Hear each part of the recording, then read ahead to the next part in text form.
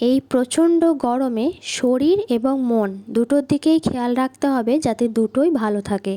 এছাড়াও আর একটার দিকে খেয়াল রাখতে হবে, সেটা হচ্ছে যে রান্না করবে তার মাথা। তো চলো বন্ধুরা,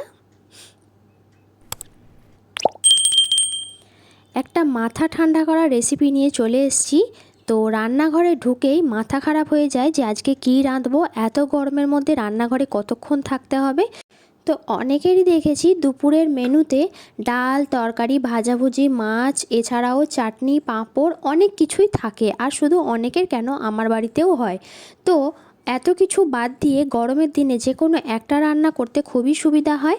আর সেই রান্নাটাই আজকে তোমাদের সঙ্গে শেয়ার করব। তো পটল সহযোগে মসুর ডাল, তো ডাল অনেকেই খেয়েছো, আর আজকের ডালটা একদম অন্যরকম তরকারি ডাল। তো রেসিপিটা দেখে নাও, আশা করি তোমাদের ভালো লাগবে।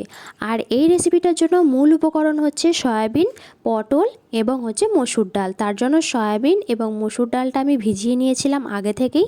এখন আমি যেটা করব, পটলগুলো কেটে রেখে দিয়েছিলাম খুব ভালো করে ধুয়ে, সেটাকে এখন নুন এবং লবণ সহযোগে ভেজে নেব।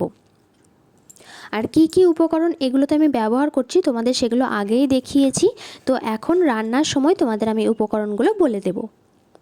তো গ্যাসের ফ্লেমটা মিডিয়াম টু লোতে করে পটলগুলোকে খুব ভালো করে লাল লাল করে ভেজে নেব, তারপর এগুলোকে তুলে রাখবো। আর এদিকে দেখো সয়াবিনটা ভিজিয়ে রেখেছিলাম, তো সয়াবিনটা জল থেকে খুব ভালো করে নিংড়ে নিচ্ছি, তারপর তেলের মধ্যে দিয়ে এগুলোকেও ভালো করে ভেজে নেব। তো সয়াবিনের মধ্যেও সামান্য পরিমাণ লবণ এবং হলুদের গুঁড়ো দিতে পারো। আমি এখানে পটলের মধ্যে ছিল বলে আর নতুন করে কিছু অ্যাড করিনি। তো এখন কড়াইয়ের মধ্যে দিয়ে দিলাম 2 থেকে 3 চামচ তেল। এবার দিয়ে দিলাম এলাচ, লবঙ্গ, দারচিনি, 2টো তেজপাতা আর একটা শুকনো লঙ্কা। তো গরম মশলাটা অবশ্যই তোমাদের ইচ্ছা মতো দেবে, ইচ্ছা হলে দেবে, নাও দিতে পারো, খেতে কিন্তু অসাধারণ লাগে। তো এবার দিয়ে দিলাম কুচি করে রাখা পেঁয়াজ, একটা বড় সাইজের পেঁয়াজকে আমি অর্ধেকটা দিয়েছি। এখানে আদা রসুনের পেস্ট 2 চা চামচ মতো দিলাম।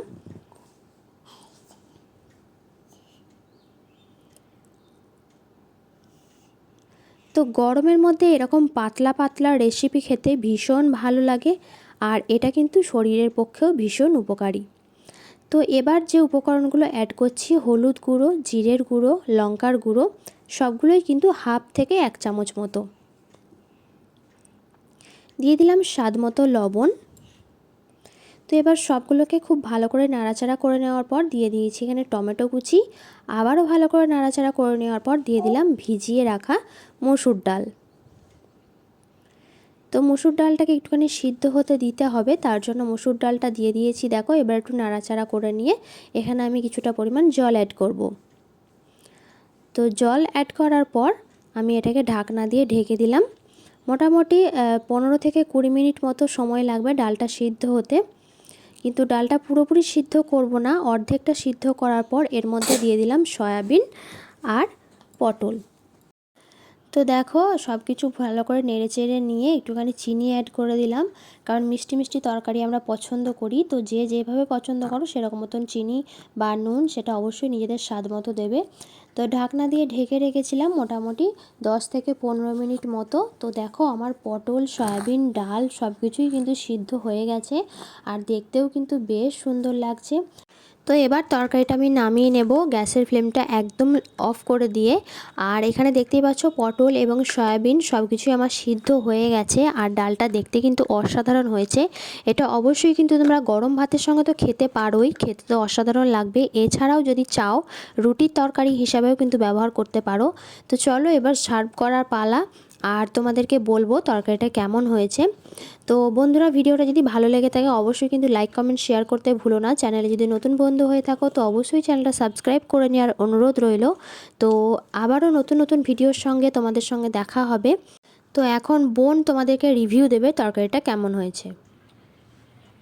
এই হচ্ছে রেসিপিটা, এবার আমি খেয়ে একটু আপনাদের দেখাবো।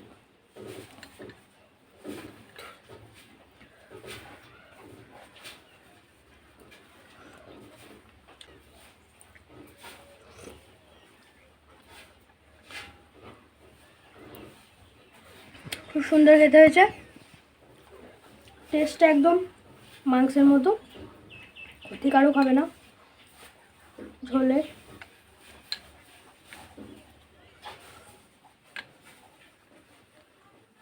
তো বোন তো রিভিউ দিয়ে দিল, কিন্তু তোমরা অবশ্যই বাড়িতে একবার ট্রাই করো, তারপর আমাকে জানিও রেসিপিটা তোমাদের কেমন লেগেছে। আর ভিডিওটা যদি ভালো লেগে থাকে অবশ্যই একটা লাইক করো, চ্যানেলের পাশে থেকো। তো টাটা।